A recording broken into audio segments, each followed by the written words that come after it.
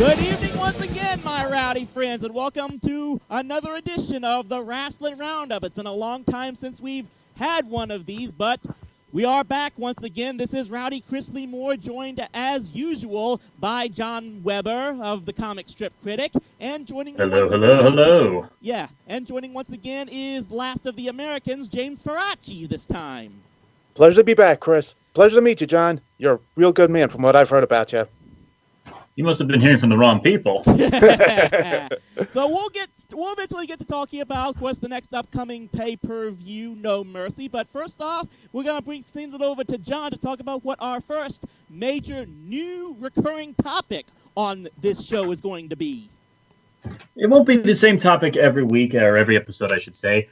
Taking a page out of the recently disbanded What Culture cast of YouTube.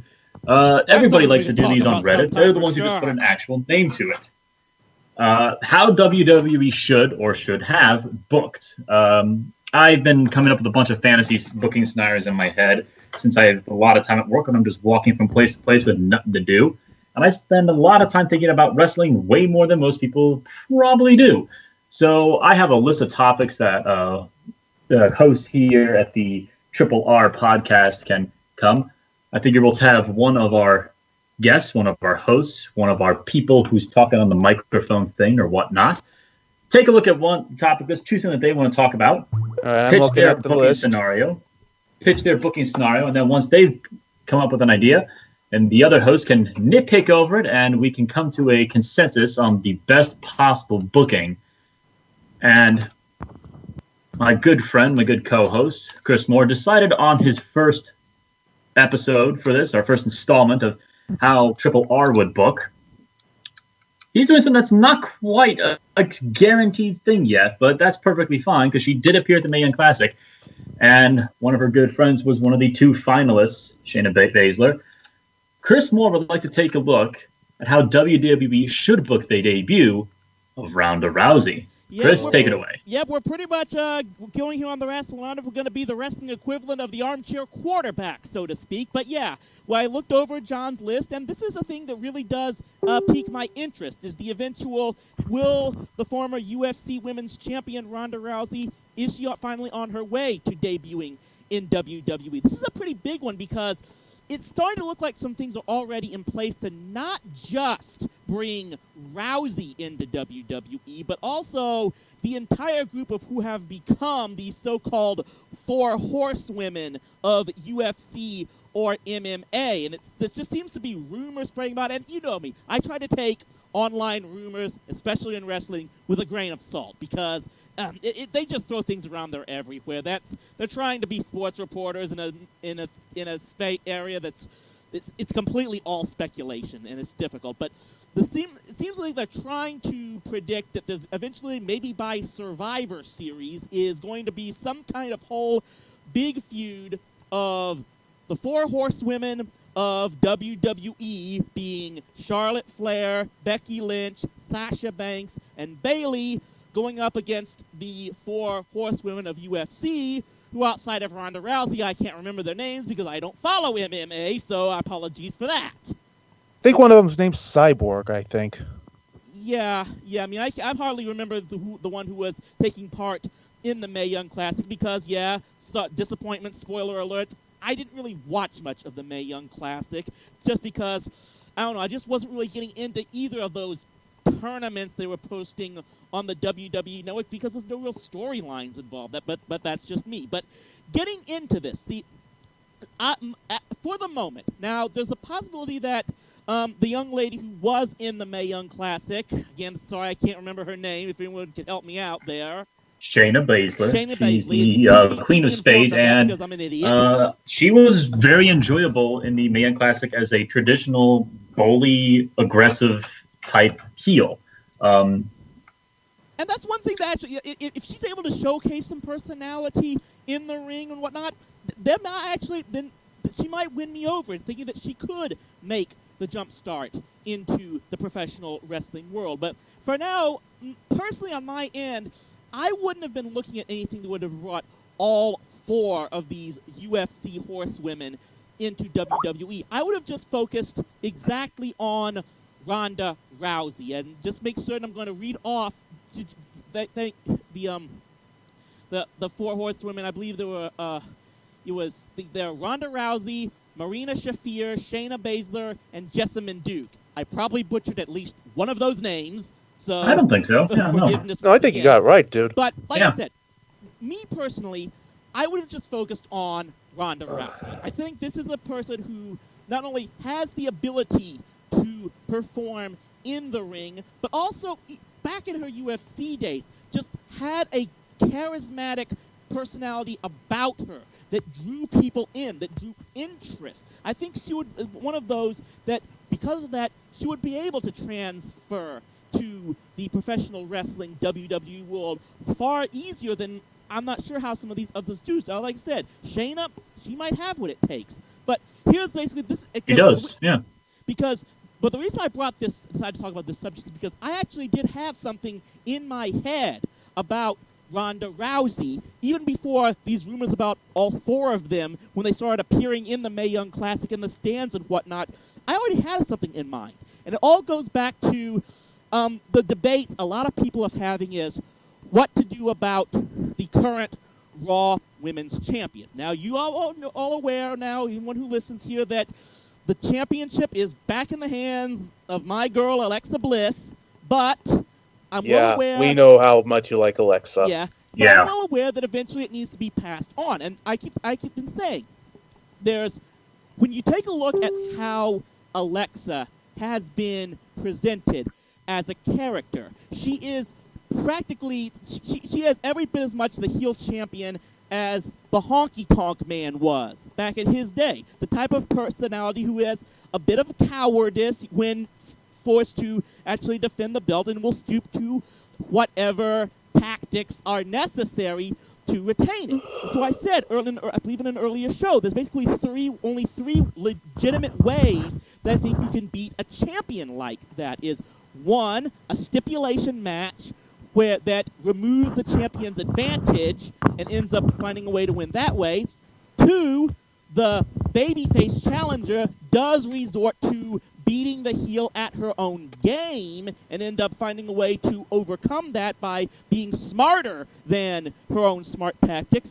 Or three, you squash her. Because it's like how Ultimate Warrior won the belt from the Honky Tonk Man back in the 80s, back right? in the 1998 SummerSlam was when it happened, ending the longest Intercontinental Championship run. And that just got me to thinking, I thought that the absolute perfect scenario to take the belt off of Alexa Bliss eventually is, okay, you could have her in the situation you've got. She's got a fatal now 5-way match, and we might talk about that later, because at No Mercy, because now they've added Bayley to this mix. You could string this along where you have some more challengers for the next month or so until you get up to Survivor Series. You might not necessarily have a title match scheduled for that Survivor Series, and it's a cross-promotion pay-per-view, so you can make the argument that there just wasn't enough time. But you do a scenario when Alexa comes out, brags about being the champion, makes some grandiose open challenge because she's gotten a bit of an ego of herself. Out comes Ronda Rousey. Beats her flat in about a minute or so, makes the debut as the new champion. I just think it would be some of the absolute biggest pop and push possible as to really introduce someone that I think could be a big-time babyface representative of the Raw women's division that I think a lot of people think is lacking right now. And it's actually just pretty as simple as that. She debuts at Survivor Series and squashes Alexa for the title. That's not a bad idea, in my opinion. It's simple, but it works. You get the shock crowd pop, you get the look of fear on Alexa Bliss's face, and you get an instant-made story to go forward. Yeah. I think it works. It probably does. I know that eventually they would get a situation where the title belt would eventually come back to Bayley, but I think you still you've got to rebuild her up in some form or fashion, and probably, which I think it wouldn't happen until closer to WrestleMania. Well, I think because I think it would be eventually a situation where Ronda could beat Bayley, could beat Alexa for the title. Eventually, you might try to get someone like a Nia Jax to take the belt off of her. That would set up a possible, redemption / David and Goliath storyline where someone like Bayley could finally win back the title from Nia by or near WrestleMania. And now I'm curious. I know that you don't watch NXT or follow NXT as closely as you do Raw and SmackDown. Does Asuka enter the picture at any point during your booking? That's the wild card that I have to keep remembering. I will admit that. I will say this. I probably should get back into watching NXT because the two things I wanted to see happened. That being they took the belts off of Asuka and Bobby Roode, who I didn't like them being champions for as long as they were in NXT. And I think they'll be better off now going to WWE. I'm not really sure about Asuka yet. I know her Raw debut is coming up, and I think that would probably see her challenge Alexa for the title by whatever their next Raw pay-per-view is in October, which I'm certain that would be happening. So I need to double check. It's hard to keep track of sometimes. I think it might be either Hell in the Cell or Night of the Champions. I could be wrong about either of those titles. Hell in a Cell is a SmackDown pay-per-view that's coming in a couple of weeks. Right. Hell in a Cell is SmackDown's pay-per-view this year, just like No Mercy was SmackDown's pay-per-view last year. Yeah, so maybe it's Night of Champions. We'll wait and see on that. Of course, there's also the reports that Starrcade is coming back. We might talk about that eventually at some point. We're still not determining whether or not that's actually going to be an actual pay-per-view event. But yeah, I think that is the one thing why... Yeah, it is kind of wait and see, and that may be about why they're doing a team effort with the whole 4 horsewomen to make Rousey's debut. I personally, I'm not so sure where Asuka would fit in at this exact moment. Like I said, maybe she would be one. If this was my scenario, yeah, maybe she would be one of those to challenge Alexa for the title at the October pay-per-view. Then that bridges the gap to Survivor Series where Rousey would win. Then maybe in December you get a Rousey versus, or January perhaps, because there'll probably be a rematch between Asuka and Alexa. But eventually, you get a matchup. Actually, the Royal Rumble might be a good time for maybe a second-tier marquee matchup between a Ronda Rousey and Asuka to see how that goes. I'm just wondering about whether or not Asuka, she was great in NXT, I know that, but it's going to be wait and see to me whether or not she can have that type of appeal at the WWE level, to be perfectly honest. I kind of agree with you. That's one of my fears, too, because NXT... The audience for NXT and the audience for Raw and SmackDown are two very different creatures with two very different tastes in what they're looking for. And I think Asuka does obviously she did really well in NXT. She went from beloved to winning the title to people loving your title reign, people hating it for a little while because they wanted to drop it. And then by the end, people were fine with her still holding on to it by the time she beat Goldberg's longest undefeated streak, until she gave it up because of injury. Yeah, that's the one thing that kind of disappointed me because I really wanted to see Ember Moon beat her in that last. I agree there. I agree with you there. That's why I think Triple H dropped the ball in that scenario. To be perfectly honest. But that's why I think it's a better WrestleMania match to have Rousey versus Asuka because you have huge winning streak MMA champion versus huge winning streak WWE NXT champion for the championship. I just think there's more money there to be had if you book it for WrestleMania. Yeah, that's. I guess that kind of shows the whole catch-22 situation we've got as well, because that kind of leaves Bayley high and dry, and I know there's a lot of WWE fans that want to see Bayley get her redemption eventually at some point in time. But yeah, just have to wait and see how that goes in some way. But it seems like, for the most part, the three of us thinks that having a personality like Ronda Rousey debut by just coming in surprisingly and becoming women's champion like that it's not that bad of a booking move, it seems like. We seem to be in agreement. I kind of agree. It's just simple dominant booking. Yeah, so we'll probably bring up like I said, this will be an off and on recurring subject that I'm grateful that John was able to bring up, so it gives us some other subjects to talk about in case we don't have anything to come in future podcasts. So I definitely look forward to seeing what other topics that we'll be able to bring up in future episodes of this show. But seems like we managed to get that taken care of relatively quickly, so I guess we just move on to some of the actual news of the time, which of course features the next upcoming pay-per-view, WWE No Mercy, and I'm sure that John has the card all set up for us to talk about. I absolutely do. There are 8 matches on the card, if you include the kickoff show, which I never watch, but for purposes of this, I will still include. The kickoff show, 1 match on the kickoff show. It's a singles match. Apollo Crews with Titus O'Neil in his corner versus Elias Samson, who I guess they're just booking as Elias now. Did they drop the Samson part? I missed that. I'm going to go with Elias on this one. Yeah, okay. Seems like so far they're...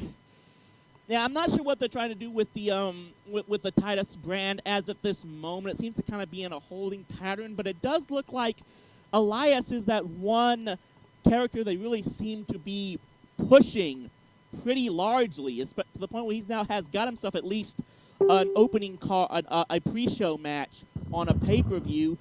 Wouldn't be surprised if they do find a way, if he does end up winning this match. And personally, he's a character I kind of like. He does seem to be like a new honky-tonk personality that could have a future as a U.S. or Intercontinental Champion, to be honest.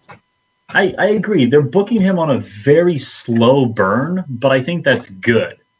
Well, from what I've heard about this Elias guy, he's a pretty good fighter, and Apollo, I think Apollo has a challenge in this. I wish him the best, but I think we're all in agreement that Elias is going to beat Apollo Crews. Yeah. Unanimous booking. We're all hoping for Elias. I think he deserves the push more, and ultimately Apollo just doesn't have a whole lot of momentum behind him. I'm not sure the order of the matches here, and I'm just going to go along with the ones probably is in order of how I'm guessing WWE is going to present them.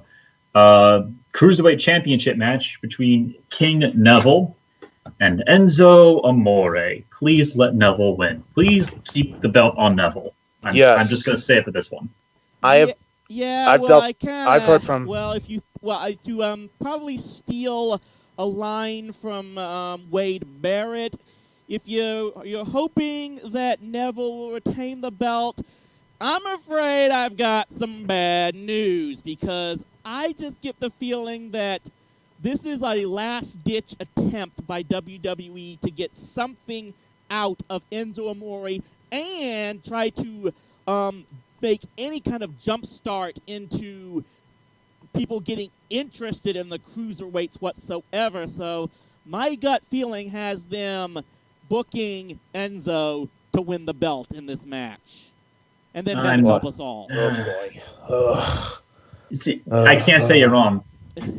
Yeah, unfortunately, that's kind of how it goes. I can understand, because the big problem is that, I think, to be fair, one of the problems I think we have with the cruiserweights is they haven't found anyone that can legitimately carry the cruiserweights outside of Neville, who's kind of just hanging around right now. So the one thing I'll give him credit for is that Enzo's still got his fans out there for the most part, and they're from the loony bin. It's bad. It's really bad when Corey Graves can keep insulting Enzo Amore, and I can't help but agree with him. That's kind of not the way it's supposed to go. But I think they're gonna at least give it a try to see that Enzo is gonna end up winning this thing.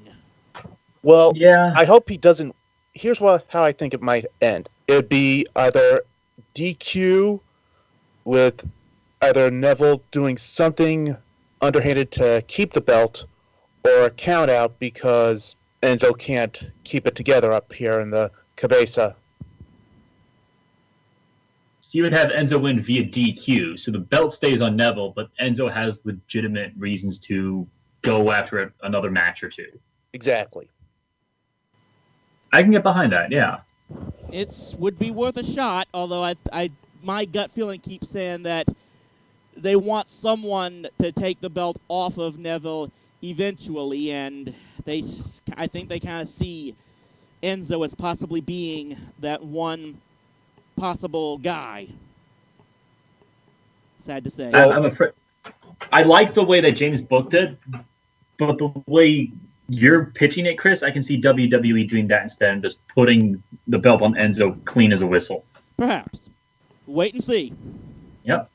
Moving right along, Intercontinental match, The Miz with the Miz Taraj, Curtis Axel, the most losing man in WWE right now, and Bo Dallas versus Kurt Angle's son, or not. I don't know how that's going down. I think Jason they dropped Jordan that ankle.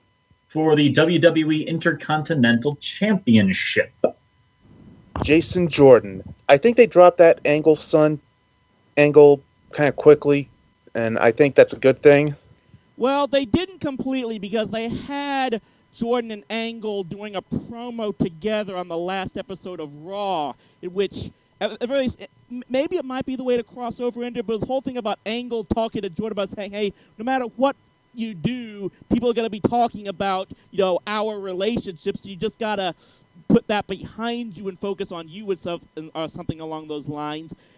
I do kind of still see Jason Jordan winning the belt in this match, to be perfectly honest. I think they've put their stock in Jason Jordan as a future, at least mid-card guy, and I think this is where they try to pull the trigger and see if they actually can get anything out of this.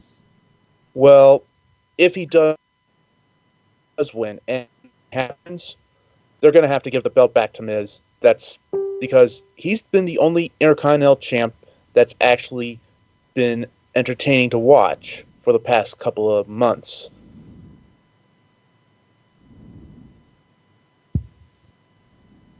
Yeah, it's tricky to think of another man who's done as much for a championship as The Miz has in the past, I don't know, 5 years maybe? Yeah.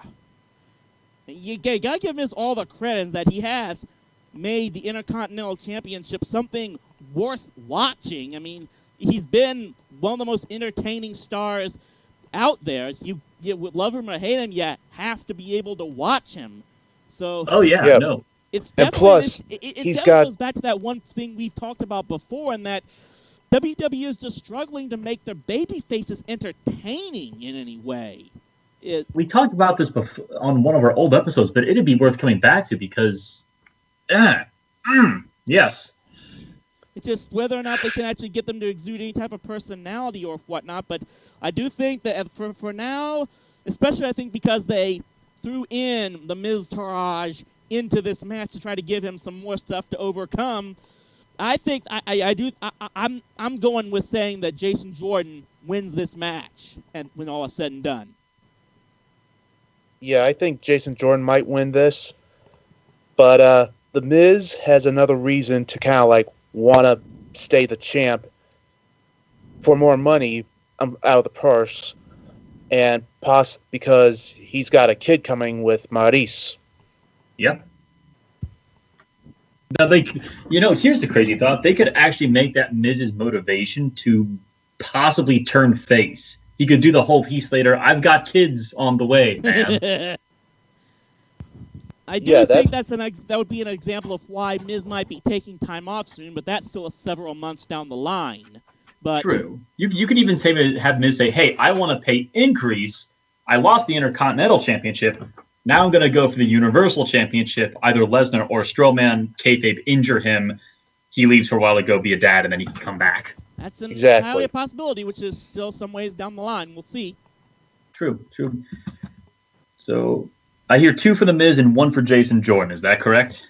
I'm kind of split between the two. So, but if I had to choose coin toss in the air, it's Jason Jordan. Okay. We'll see what happens. Yep. I'm going to save this one for a little later.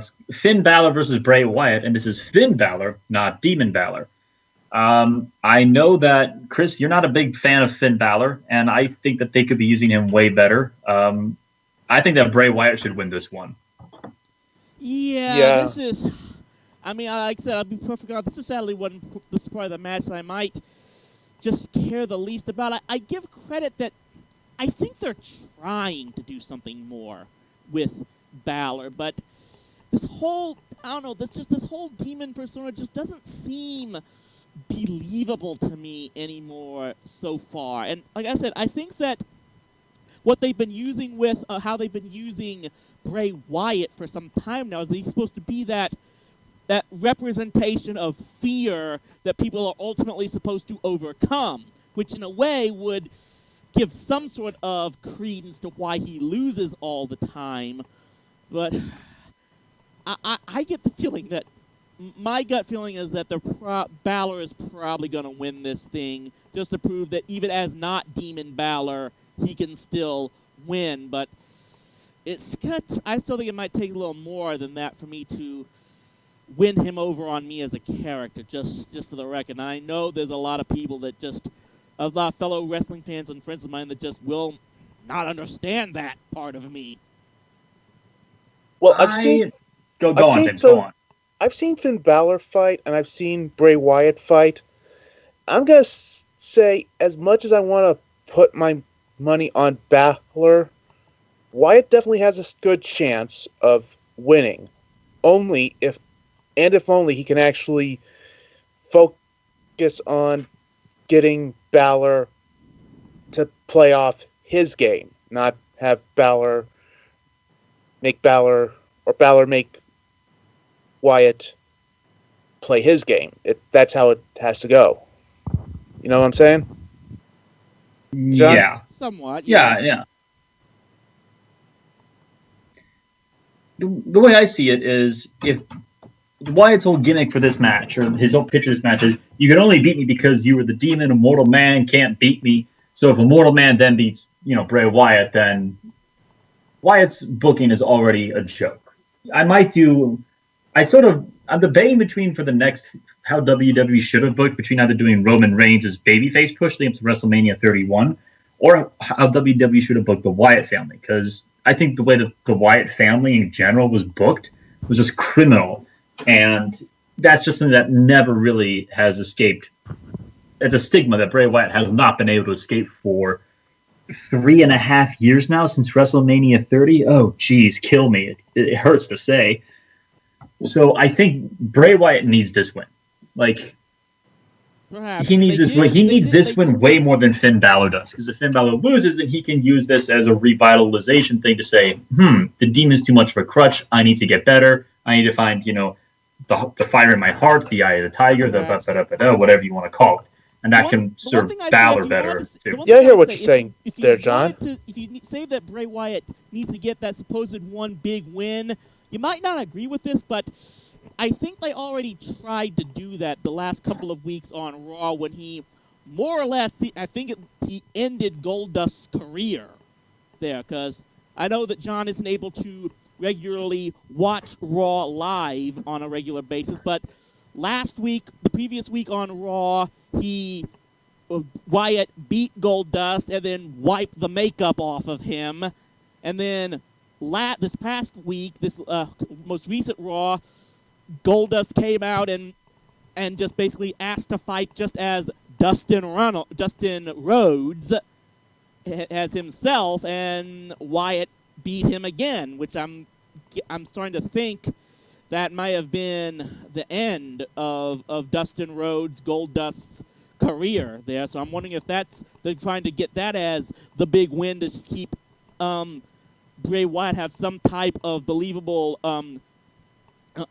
presence, and they'll have Finn Balor beat him, because just keep in mind how much Triple H loves Finn Balor, whether or not influence he might have in this. Yeah. Chris, are you and I opposed on just about every booking so far except the Elias Sampson match? We might be. We'll wait and see on that. All right. The Tag Team Championship, Dean Ambrose and Seth Rollins, the current champs, against in a rematch by Sheamus and Cesaro, who are looking to get their titles back. I would have Sheamus and Cesaro win this one. If it was up to me. I'd like to say that Cesaro and Sheamus should win the belts back, but seeing that this might actually lead to the if Dean Ambrose and Seth Rollins can actually keep it together and somehow they find themselves in a situation where Roman comes in, this might be a way to bring the Shield back, but that's just me. But if Cesaro and Sheamus win, this might actually kind of like push back that reunion of the Shield. Yeah, well, this may actually be an interesting concept why I might end up disagreeing with both guys in a way, because I don't see a full Shield reunion coming up anytime soon, because I do think they want to keep Roman Reigns separate and in as the main event picture as much as possible. But I do see a situation where I think they want to keep Rollins and Ambrose together and see where that goes. It's kind of their own, kind of the way they're trying to do to keep the Shield semi-reunited, but keep Roman Reigns in the main event picture. And that's why I see Seth and Dean retaining this Sunday. And I think my gut says they want to run with Rollins and Ambrose as champions for a while at least. I understand where you're coming from, Chris. See, here's the thing. Here's the way I would book this, and I can hear Chris rolling his eyes because this is going to involve, it's, everyone's favorite, how they would book Roman Reigns. Go on, Chris. What do you think I'm going to be talking about here? I'm going to wait and see. I'm going to see what you got here. I would have. This would basically be the spark for the storyline that would eventually lead to the Roman Reigns heel turn. Here's how. I would have Sheamus and Cesaro beat Rollins and Ambrose, basically because at SummerSlam they didn't take them quite as seriously. They didn't bring their A game. They were maybe a little lax, and they underestimated Ambrose and Rollins. This time they know what they're up against. They bring their A game. They take back the titles. Right. And then in another rematch a little later down the line, Ambrose and Rollins lose again. And they come to the conclusion, we've got the technical skills. We can out-technical them, but we don't have the raw muscle that we used to have that we really needed to help finish off the match. Hey, Roman, we've, Dean and I have sort of made amends. Do you think that, you could be finding it hard to forgive Rollins, to come back and we could form the whole Shield thing again? You have to go all in on the Shield. The whole thing where you hear Sierra Hotel, India, Echo, Delta, Lima. I botched it up, but you know what I mean. Yeah. Then you would have the 3 Shield members come in. Right. Have them stick together for a while without getting a championship shot. Then at the championship match, which let's say is at TLC or the Royal Rumble, you have Roman turn heel on his buddies saying, yeah, no, this is a demotion for me. I'm better than the tag team titles. He just basically spears or chair shots Ambrose or Rollins in the ring and then just walks out to leave Sheamus and Cesaro pinning them for the win again. That's an established Roman heel turn, and it gives Seth and Dean more babyface fuel, and it solidifies their bromance together a little more solidly. That's how I would do it. I think Reigns would just spear Rollins and Ambrose. True, but I think if he were to chair shot Rollins, it would be a nice sort of poetic, turnabout is fair play, because that's what Rollins did when he broke the Shield, is he chaired Reigns. So if you have and I also remember from Rollins' heel turn how he used terrorism to get the authority back in power. So trust me, yeah, I'm I'm not over that. I may forgive him one day for that, but right now, if he's doing good, trying to make amends, all hope and positive power to him. Yep. Yeah, but that's But yeah. that's an interesting way to put it. It's actually he actually sounds something sounds similar to something I actually thought up about a possible Reigns heel turn that maybe we'll talk about in a future episode if we talk about that in one of our fantasy booking segments. But yeah, I don't know. For now, yeah, I just see they're trying to keep Roman separate, and they're just going to focus on Rollins and Ambrose being the Shield, and that kind of tells me that I do think that I think they're going to. The only thing that might tell me that might convince me that they may put the belt back on Cesaro is that I think there's a lack of good heel tag teams on Raw right now, with the possible exception of the Ascension, maybe. I even forget if they're on Raw, to be perfectly honest.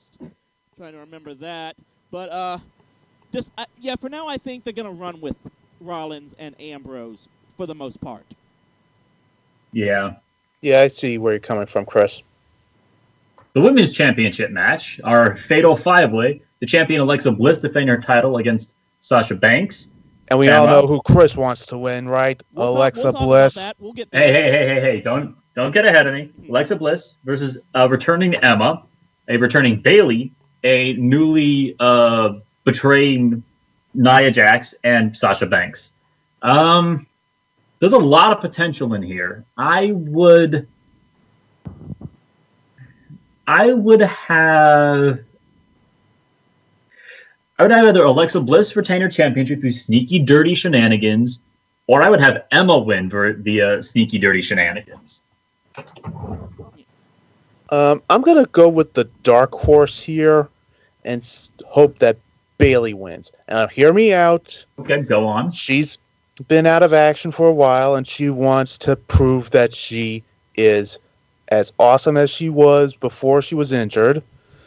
So she wants to win that belt. She wants to get that belt. She's still that hugging good person and can kick some ass.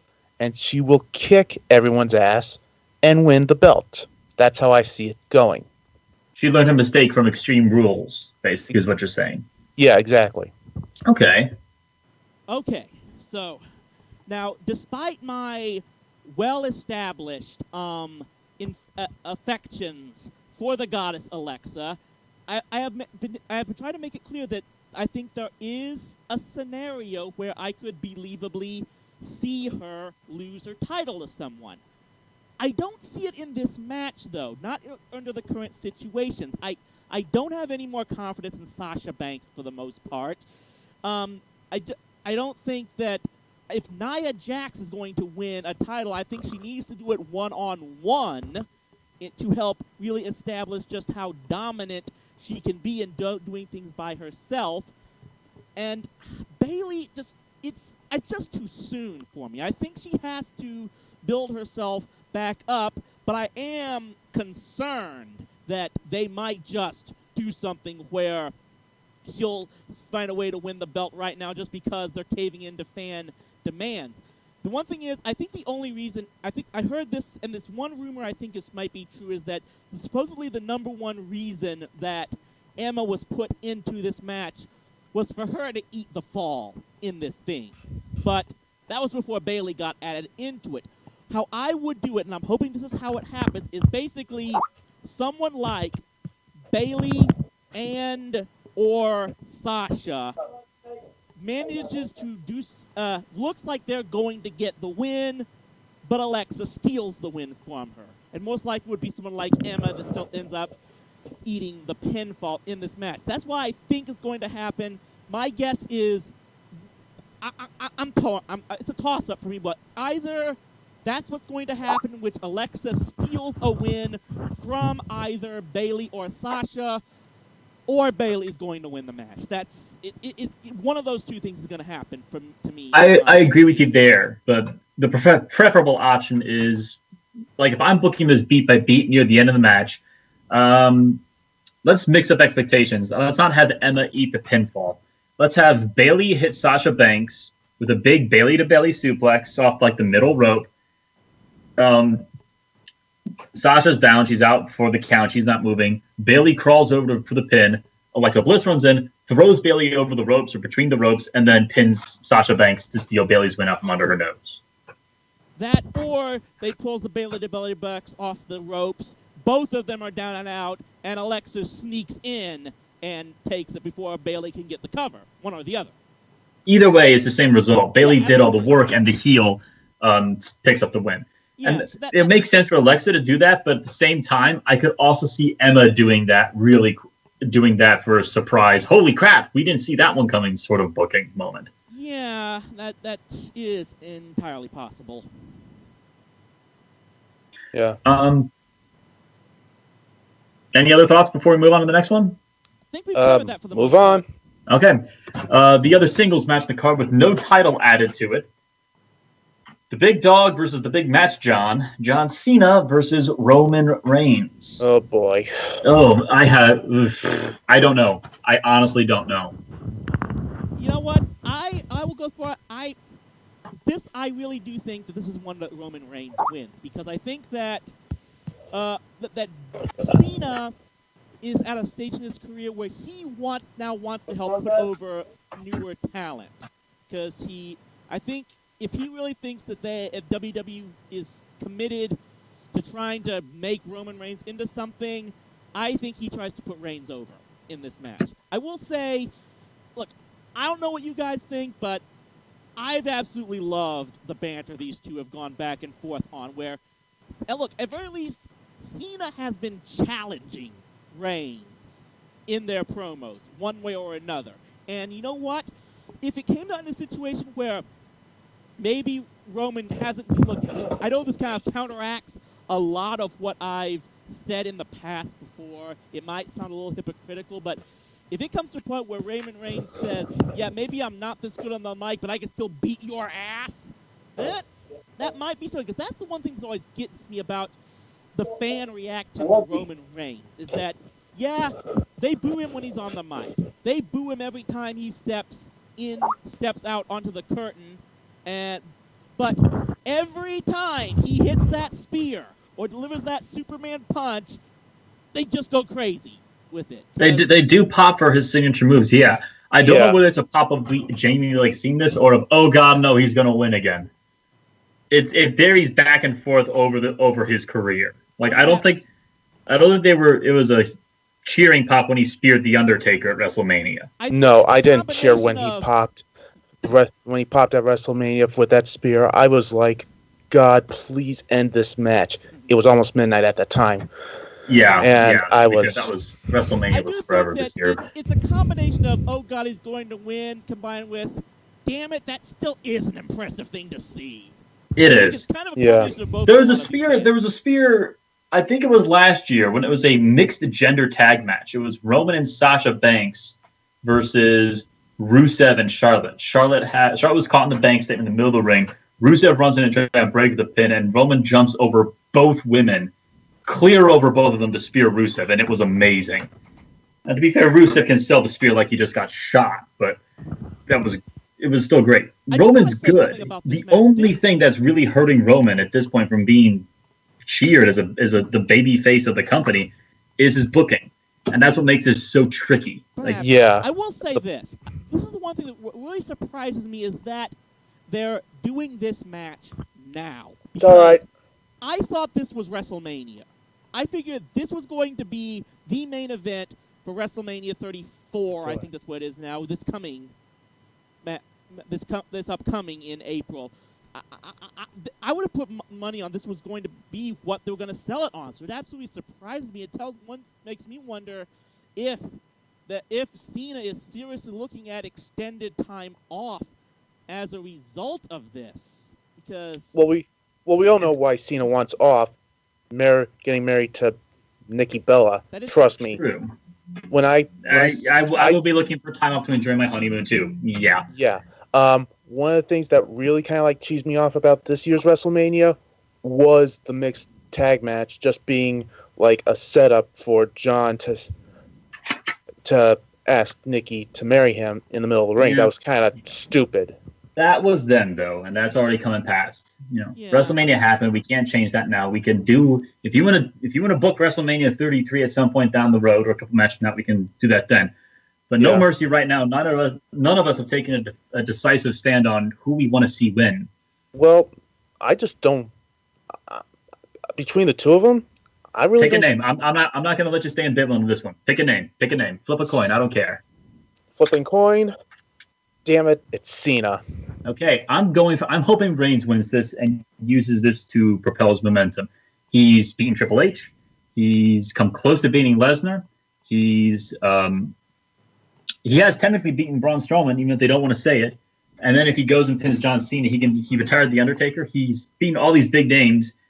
If he could just add John Cena as another feather in his cap, that's how that's something that I would use, which helps build up more heat for him for when he does turn heel. Like, I'm sorry, but he would be a great heel. And I know people roll their eyes at the Roman Reigns. He's not going to turn heel. I know you don't watch Game of Thrones, Chris, but look up Khal Drogo sometime and put Roman Reigns in that role and tell me that he would not be pitch perfect for it. Those of you out there watch Game of Thrones and WWE. Well, I've heard of Game of Thrones. I've heard of Game of Thrones, and I know Khalil Drago. And, it would work that way. I think you were right about that one, John. Yeah, I did see the first season, so I think I know who you're talking about. Okay, he was only in season 1, but yeah. I'm going to send you guys real quick here a picture. So click on that link, look at that guy, and then think... Yeah, I do remember him, so I probably can see it. As far as the match goes, I do think this is one instance where John and I are in agreement, because I do honestly see Roman Reigns winning this match. So I'm the lone man out on Cena. Well, this time.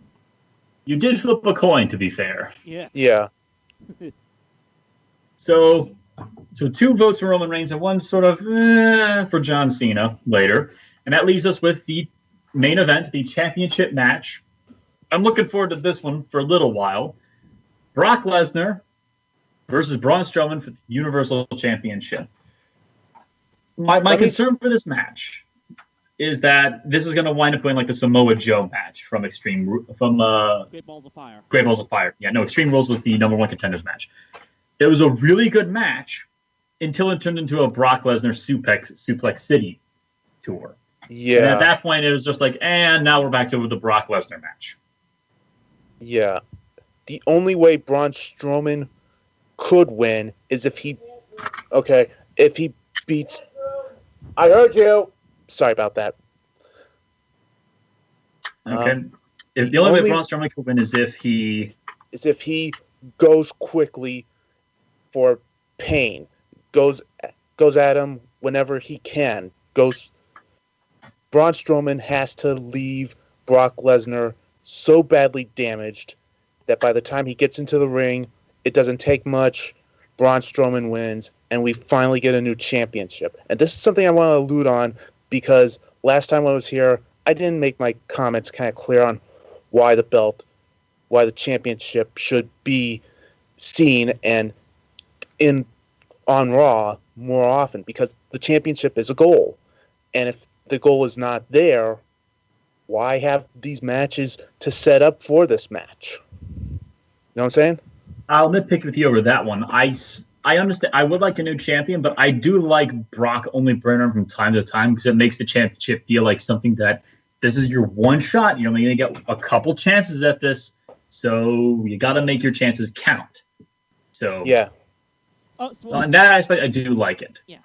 Here's my deal on this. I am kind of in the camp with James that I would like to see a new individual get the belt so that maybe we could see the Universal Champion on Raw with more regularity. The problem is, if it was Braun Strowman beating him, I'm not so sure what they could do with him as champion. And by that I mean, I'm not sure what they can do to have established anyone as a legitimate threat to him. Maybe there could be a David and Goliath type of situation where... that's the obvious scenario, yeah. Yeah, it just, they've been booking him as this absolutely unstoppable force throughout this entire season, and it's worked so perfectly. Now, yeah, I can see it would probably take him a peg down if Lesnar beats him, unless it was a situation, unfortunately, like what happened with Samoa Joe at Great Balls of Fire, where Strowman manages to do what he does so well in just beating up Lesnar with regularity, but Brock is able to basically snatch victory from the jaws of defeat, more or less like what he did in Dallas this past July. But just wondering, I mean, there's just so few people on Raw right now that I can see as a legitimate, especially babyface threat to possibly take the belt off of Braun Strowman even more than Brock. I mean, even Samoa Joe, who's currently injured right now, I don't think it's a serious injury, so he should be back relatively soon. He's still kind of a tweener in that. And he's the guy I actually saw as probably becoming world champion eventually. I mean, if they did a situation where maybe Braun wins the belt only to have Joe come back and beat him, but having him lose the belt so quickly seems to be a worse situation for him. My gut feeling just says that I think Brock retains, finds a way to keep the title this Sunday. Right. You're probably right, because the last rumor I heard from Mania 34 was still going to be Roman versus Brock for the title, necessitating that you have to keep it on Brock. That being said, I do like the point that you raised, Chris, which I didn't think about, which is if Braun gets the championship, then Joe is kind of the only guy to realistically stand a chance at beating him, or Reigns. But we know that Joe can be taken down by lighter dudes, because Sami Zayn beat him in NXT, Finn Balor beat him in NXT. So you could sort of have the title go from super big guy to super big guy to smaller guy to sort of ease the belt down into the smaller, more technical side of the babyface spectrum if you wanted to do that. Take it from Lesnar to Strowman to Samoa Joe down to, Miz or Finn Balor or Heath Slater, whoever. Yeah. I'm joking with a couple of those. I know. So it sounds like we've got... So my pick is definitely Brock retaining. James's pick is... Strowman winning. He has to. I'm hoping Strowman wins too, but I think they're still going to have Brock win, so I'm going to go with Brock. So there's our picks for there, and we hope that you enjoyed what we believe is going to happen this Sunday on the WWE Network from Los Angeles at No Mercy. And I can't believe I just made that promo knowing that I'm not getting a dime of advertising money from Vince McMahon to saying that. I am such a cheap shill. We also have myself, so... Not a problem. Speaking of shilling, for those of us who are interested in your work outside of this podcast, Chris, where can people find your content? You can absolutely find it all the time at rowdyc.com and manicexpression.com. Those, this coming Monday, actually, the second episode of Rowdy and Friends will be appearing on Manic Expression and rowdyc.com. Anyone who contributes to my Patreon can... if even just as little as $1 a month, can get that episode automatically. But, again, it will be available this coming Monday for everyone. And as for me, my name's John Weber. I go online by the handle Comic Strip Critic. If you go on YouTube, you can find me there. I talk about newspaper comics and assorted comic stuff a lot. I'm currently in the middle of editing a video all about the Flash Gordon movie, and after that is a classic British science fiction television show. So, does it involve a blue box? A medical professional? Why, yes, it does. And a blue box with a sonic screwdriver? There's a blue box, possibly. That's down there. So you can find me on YouTube, on Twitter under Comic Strip Critic, on Patreon, which is lovely. And James, how can people find the stuff that you do?